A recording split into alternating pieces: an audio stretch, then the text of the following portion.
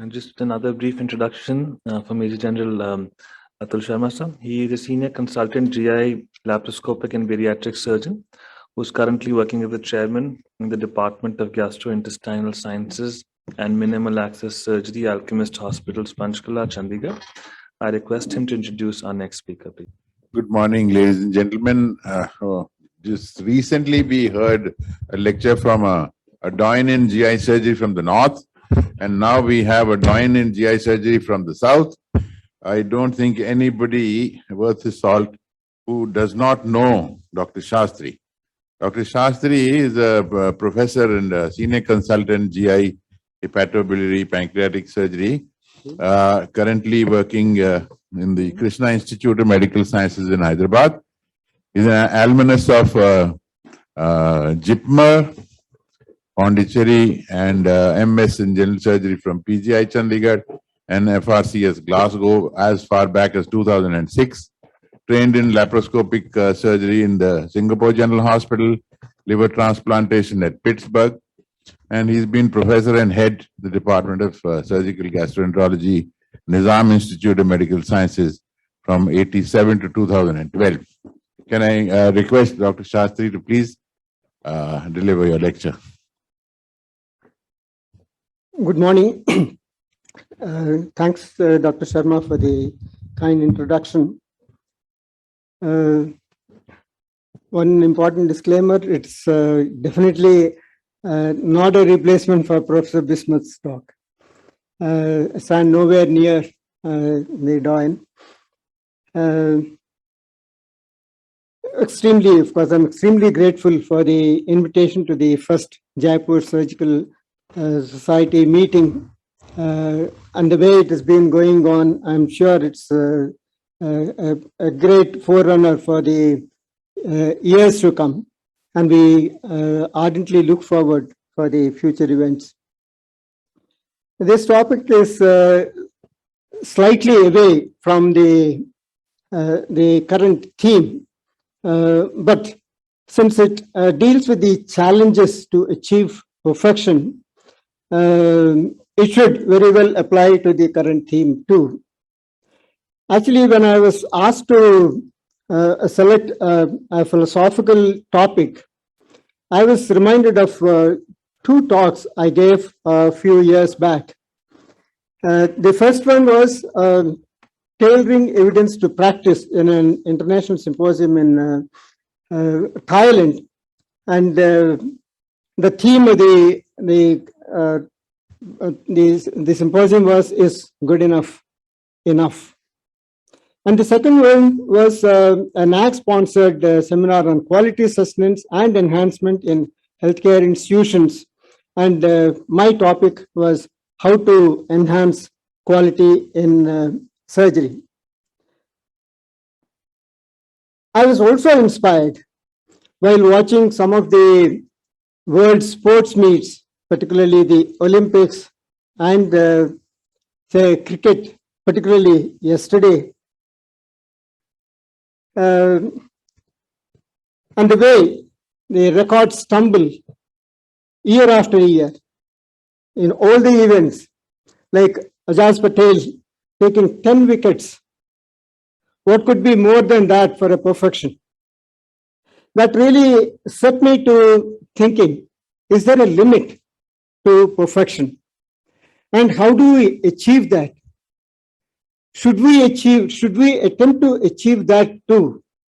Because the perfection in one area may be different from a perfection in another area, in another setting. What is treated as perfection or a perfect guideline for a particular setting may not be applicable to you in your setting. So where exactly do you draw a line and start tailoring those guidelines and the perfection advices to your setting? I was also influenced by Atul Gawande, the popular writer and motivator who keeps exhorting us to get better and better. But success in medicine and athletics cannot be really compared. The success in athletics definitely gives us ideas of perseverance, hard work, practice, and precision. Whereas success in medicine has dimensions that cannot be found on a playing field. Lives are at stake here. Decisions and omissions therefore become more moral in nature. The expectations are daunting, but the steps to achieve success are uncertain because of the incomplete knowledge which keeps changing day by day. And the humaneness with which we are expected to act adds another dimension. The other challenges with quality in medicine also involve systems, resources, circumstances, people, and most importantly, our own shortcomings. All these appear quite simple, but they are not. Next few minutes, I'll try to analyze some of these factors and share with you my idea of how to tailor the factors to our advantage in order not to be satisfied with the notion that good enough is enough.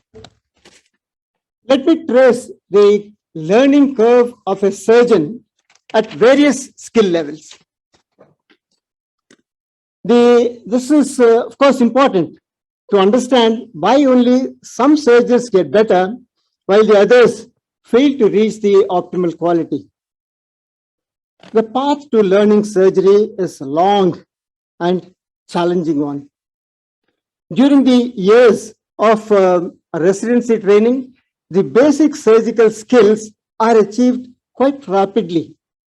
The curve is quite steep, with the result that there is a frustration barrier here.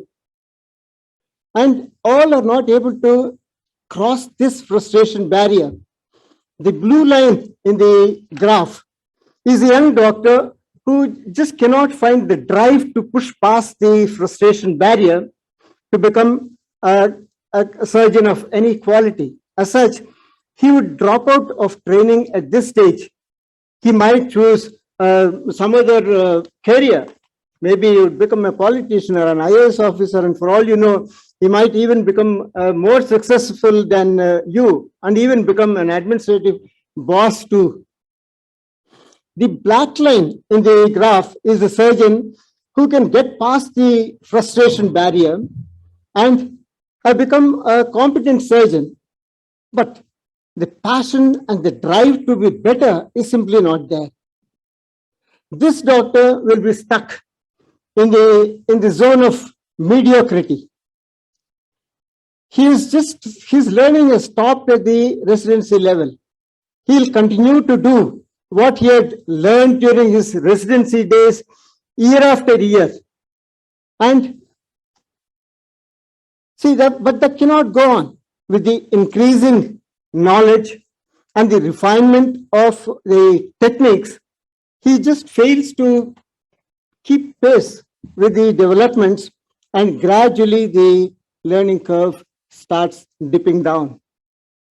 Whereas the red line in the graph is the expert surgeon who has the drive and the determination to get better, to learn from every single case and every single failing, to become a quality surgeon. This is the true expert.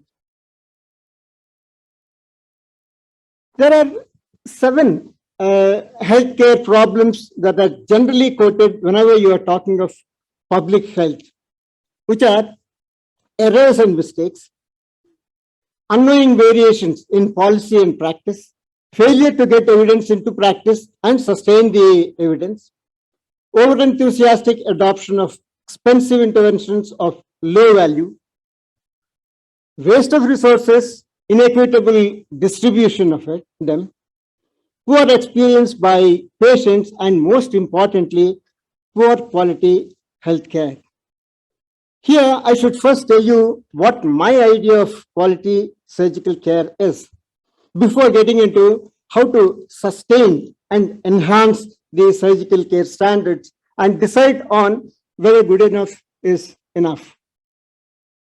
Quality surgical care, as I see, should include correct diagnosis, evaluation of the correct stage of the problem involved, proper risk assessment, both in terms of disease and the treatment and other interventions, the proper treatment in the best evidence that is available, the best technology that is used, and the best technique with clear outcome parameters of survival or death, the complications of your treatment, and whether the disease is cured or not, and if it is not cured, symptoms are relieved, restoration of the function, and finally, death with dignity when death is inevitable. There are many challenges on the way. The patient and the disease factors, the surgeon himself, the infrastructure and administration, and a lot of external factors.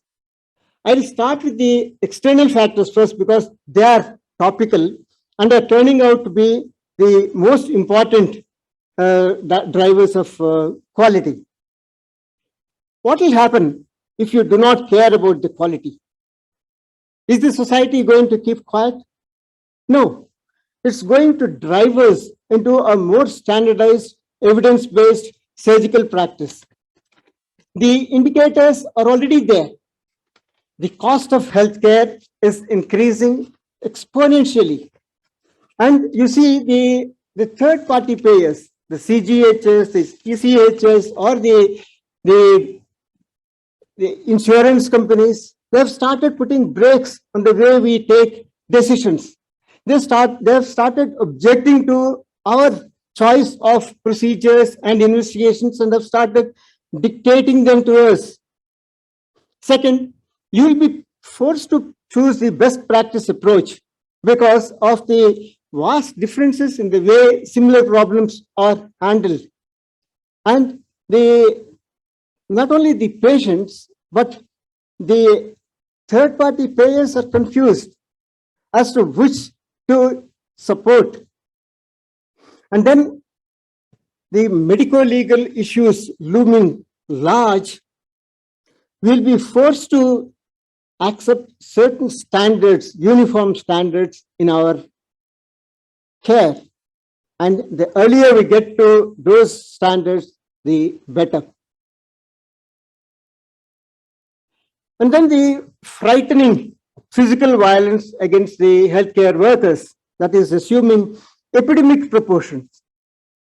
The physical safety and security measures are of course needed to be increased, but the root cause of the problem, the patient dissatisfaction, needs to be addressed on a priority basis.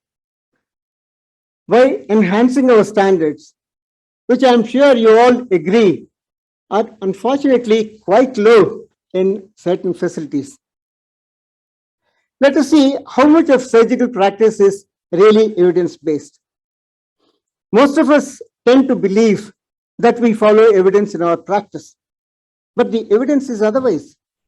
In one study, level 1 evidence was practiced only by 24% of the surgeons studied, whereas 29% did not even follow the level 2 evidence.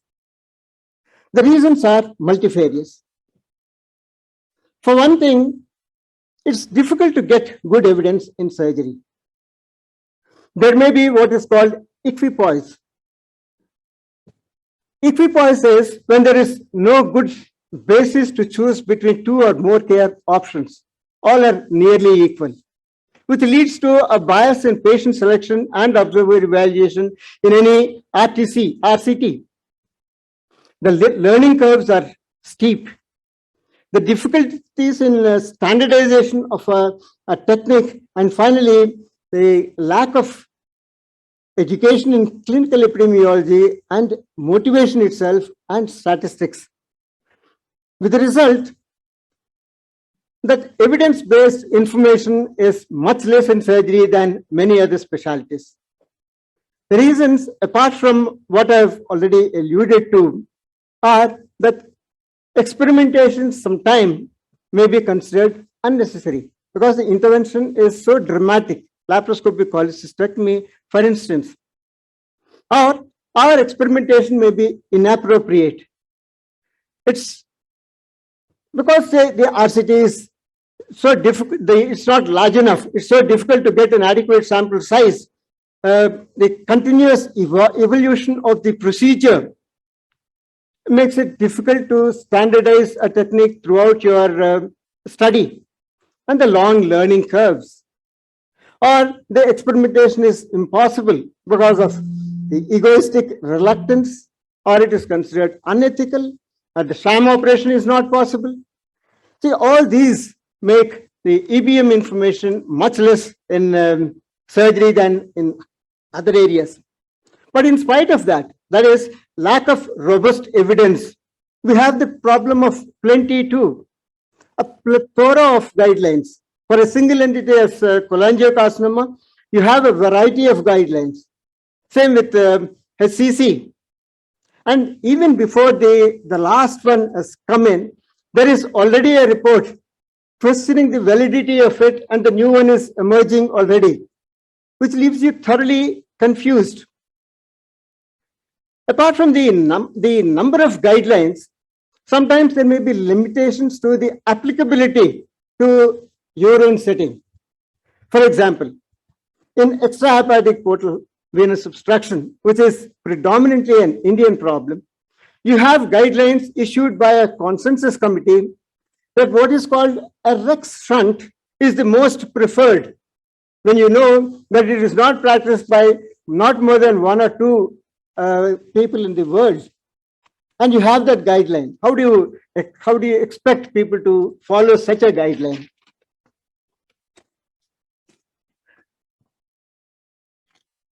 It's not only that it's difficult to get good evidence, but it's even more difficult to get it practiced by the surgeons. Again, the reasons are multifarious. Our surgical training structure is essentially an apprentice-based approach through which the surgical trainees are expected to follow in the model of their teachers, who have their own personal preferences, their own whims and fancies. There is also a question of what is acceptable evidence to a surgeon. In many instances, we take quite dogmatic approaches, which may be quite different from what the evidence suggests.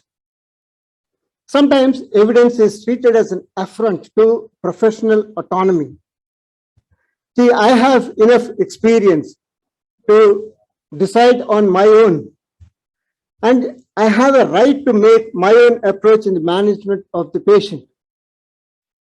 And then there are attitudes like, I don't believe the study because I can remember a situation in which X was more useful, so I don't need to follow this guideline. Or interventions are used because the surgeon is worried. Or that was a difficult operation. Give 2 more days of antibiotic. Or when in doubt, leave a drain. There are other barriers to evidence-based practice which are equally personalized. You people from cities and institutes do not understand our problems is not an uncommon comment one hears in conferences. Inability to sift evidence, thinking that latest is the best. What should have been a multidisciplinary care ends up as a multidisciplinary tussle. And then from different modalities of treatment, you have equal or equivocal results, open versus laparoscopic versus endoscopic, and a percutaneous approach, and each treating that theirs is the best in the absence of a quality level evidence. And thanks to the advances in critical care and other therapeutics, resorting to aggressive treatment, ending up with a moribund patient with poor quality life, if he survives at all after your ventures, the quality of life is not addressed. With the result that compliance to standards becomes poor, with the resultant deterioration of standards. Obviously, what you think is good enough is not enough. And then you have this paradox of good judgment comes from experience and experience comes from bad judgment. So it's essential to know your bad judgments and your bad experiences too. Again, good enough is not enough. Knowledge is the enemy of disease is a powerful metaphor. It means that more knowledge helps to control the disease. But we should also remember that explosion of knowledge, particularly uncontrolled, could be counterproductive. It may also imply that there is a potential wide gap between knowledge and practice, which is getting wider and wider with increasing knowledge. It is said that simply by bridging this gap and applying what we know already properly, without waiting for further knowledge, will have a better impact on health and disease than any drug or technology likely to be introduced in the next decade. Well, there may be some exaggeration to this, but it only points out to the wide gap between knowledge and the practice. I'm not really talking against the theme here, but only going to concentrate on how to bridge the wide gap between knowledge and practice and the reasons and the need to bridge the gap and how, so that safe, proven and inexpensive guidelines and interventions reach those in need, and the treatment becoming worse than the disease. Say, being worse off after treatment could be the greatest disservice you can ever do. So ensuring protection and safety to a patient becomes very important. Well, this is true for most of the branches of medicine. It's particularly true for surgery because of not just constantly evolving science behind the subject, but the complicated procedures, the multimodality treatments, etc. And we cannot solve problems by using the same kind of thinking we used when we created them. We have to think out of the box. Obviously, guidelines need to be tailored. Implementations require changes, but people and organizations do not like to change. Now, when you're talking of evidence, you should also realize how medical evidence differs from legal evidence. Legal evidence goes by precedents, single instances. So you always quote a precedent when you support an argument in the court of law, whereas medical evidence is generalizable and a statistical result of a large sample. Therefore, when you are applying to an individual patient, sometimes the generalizable may not be applicable and you will have to tailor it to the individual patient and to your circumstances. Obviously, they need to be tailored. Do we have any proof that adapting knowledge or tailoring knowledge does not diminish its value? Although the evidence is not too much, this recent Cochrane review that analyzed 26 studies that address this problem concluded that tailored interventions are more likely to improve professional practice.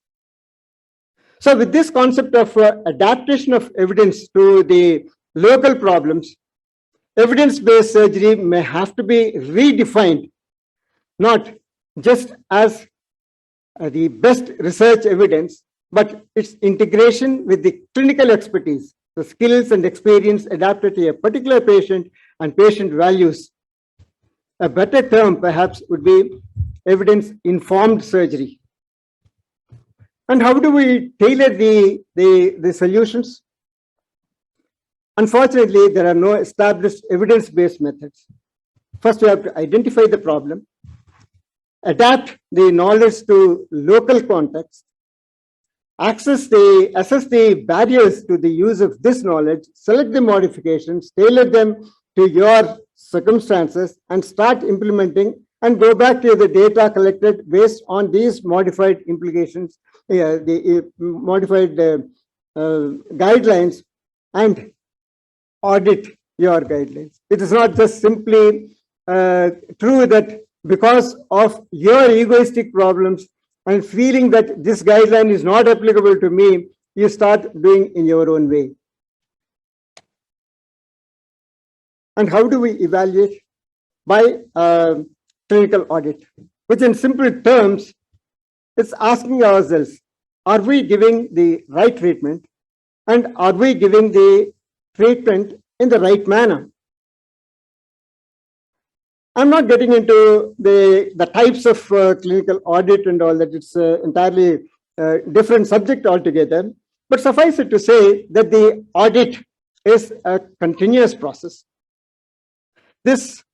It involves first identifying the subject and the scope of your audit, set your own standards for the problem, start collecting data, and at the end of a specified period, have a peer review of the data and compare it with the set standards and decide on the modifiers. You tailor the guidelines and then monitor the progress, and you again, see, this is a continuous process. It goes back to collecting data, periodically comparing the standard guidelines to what you have tailored. I'm almost coming to the end of my talk.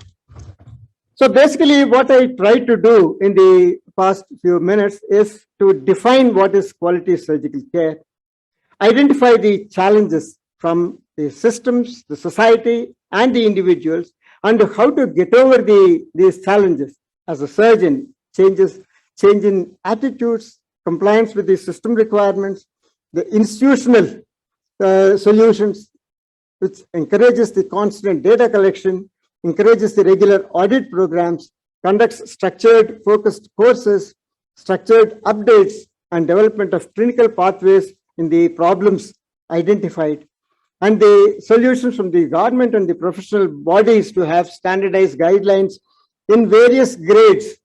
See, what are the most desirable? What is the, classical say it has to comply with the international standards. There has to be a gradation of the guidelines, the capacity building, financial support for all these, and the conferences is, of course, the other duty of the government and the professional bodies. So finally, I would like to say society advances when people break from the traditions. And when you stop feeling that good enough is enough and keep the passion and the drive going. Thanks again for your patient hearing. And again, I'm extremely grateful to the organizers for the opportunity. Thank you all.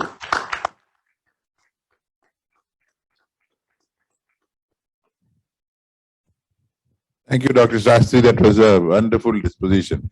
And good enough is obviously not enough. And the essence of the lecture, I think, was the graph that you had shown on a surgeon's career for the first 20 years. That is really fantastic. If you can show it again, that, I can take a picture of it. Sifting of evidence and, tailoring of evidence is one of the key lessons learned from Dr. Shastri's talk. And just a simple thing, if you keep the patient's safety first, I don't think you will ever go wrong. Time and again, the relatives and the patient will ask you that why do you don't want to do laparoscopically, or why do you want to do open? And you have to convince them of what you are doing is what you think is best for the patient. And he also ask you, Dr. Saab, that fellow will do this operation in 20 minutes. So I said, I don't know, you can go to him, but I'd like to take my time because I want to keep you safe. So these are a few things that we must keep in mind. And with that, I can open the house for any may I make a comment? Points, May I make a questions. comment? Sir, I thoroughly enjoyed the lecture, sir. Just taking the parallel from what you had said about sporting excellence and performance, sir. I'm sure you would have read as well from Dr. Gawande's book. where he speaks about the concept of professional coaching. He says that even elite level athletes, everybody from a Nadal to a Djokovic to our cricketers, require professional coaching even at that level. So what he says in that book is that even as a surgeon, the graph that you had showed, so many of us plateau at a level. We plateau at a surgical level.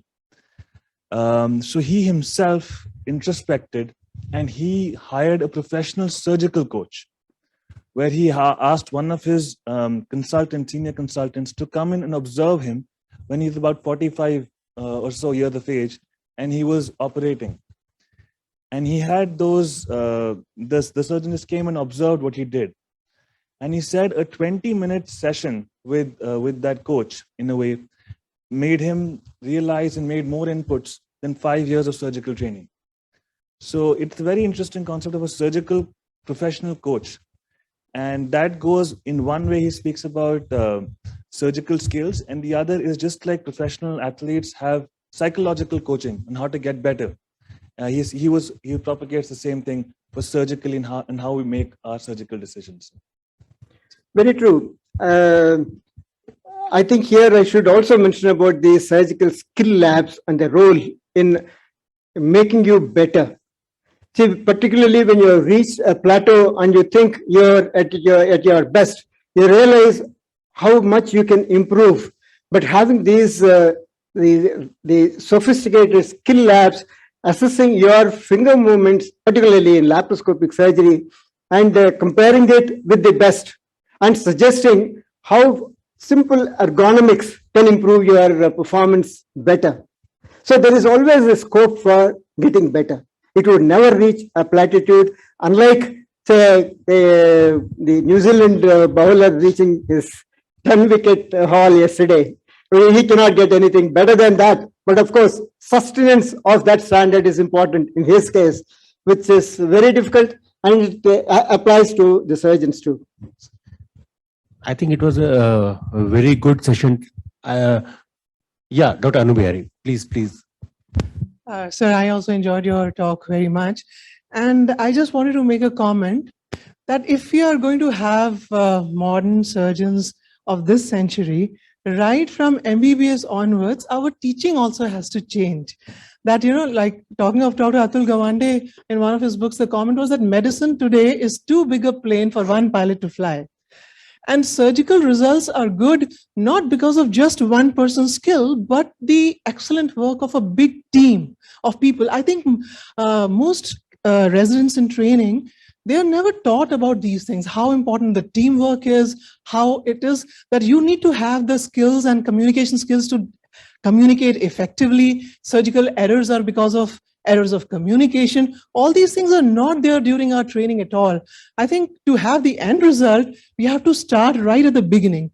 Just as Dr. KJ said, that nobody talks about a surgeon having to know about the hardware also, and we can't do without it. So I think our curriculum also requires a change. And I think nobody talks about how surgeons need to have self-care, how they need to have, like they have to think about what they are doing. They also need to have an internal audit of how they are doing. Nothing of this is there in our training. So I think we cannot have that end result unless we start incorporating it right at the time when people are young and they're going into surgery or into medicine, I would say. Quite right. I would go even to a more extent of not just, incorporating it in a theoretical curriculum and be satisfied with it. Implementation is much more important. Exactly. The attitudes of the mentor are the crucial here. So we have a kind of hero worship of our mentor, which is sometimes good, see, in a limited manner, but it doesn't help you to get better. And it is the mentor's duty to inculcate that what he has mentored you into is only applicable to for that period of time. In a dynamic sense, he has to improve further. I think that should be the attitude of the mentor too. It should not be limited to a curriculum. So can you show that slide again in which you have shown a graph? Actually, a graph of a resident. Yeah, Can somebody show that slide? Here. Can you project that, please? Yeah, this is- so in this, actually, there's a zone of Mediocrity, yeah. mediocrity, and there's somebody who is having going beyond a passion barrier and going to an expert surgeon. Yesterday, I think me, Dr. Srikanth and Biju were talking, and that was the time, I think it was almost a similar thing which was being discussed. What happens is a person who has gained his training in his, say, MCS surgical gastroenterology. Once he's trained in MCS surgical gastroenterology, he has to practice as a single man surgeon when he goes to something like a corporate hospital or a nursing home or his own hospital. Vis-a-vis a second person who goes to an institute after his MCS training, he has a second line of people who are ahead of him and keep on training him beyond it also. So the person, they can't be similar platform, both of these people. And the person who is in a practice, he goes to a conference, sees a thing, and it is expected that he comes out of the same expertise when he comes back to his practice now. So that is the person who is able to perform after going to a conference and coming and seeing that thing. We don't get an experience of doing all the things, such a wide experience after your MCS training. But seeing that and then implementing it is done by only few people, and most of the people are not able to do it, and they go into the zone of mediocrity. And the people who are able to implement that and do it perfectly after seeing and watching that, I think they are able to go into the expert surgeon training team. Only the people who are into an institute, say, I think most of the people who have been into institute would agree that they will have their teachers and the guide and keep on getting improvised because they're a team. I think you can take that. And I agree, maybe partly. Institutes are not the panacea of all our problems. I think what is important is the attitude of self-audit, the motivation to get better. Then there is no limit. You can definitely go and attend conferences, you can attend updates, you can even go and have some training sessions in an institute. But I do not know whether all the institutes, in fact, have a clear clinical audits in place, whether they are practicing a constant audit. It is not, audit is not confined to a single time. It has to be a process, a continuous process. Now, it is where the attitudes matter. The change of attitudes in almost all the stakeholders. It's not just the training surgeon. He is a part of a big group, and the attitudes have to change everywhere. That's what I was attempting to say in the last but one slide.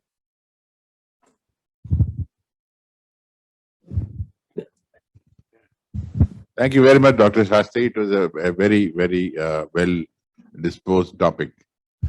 Thank you.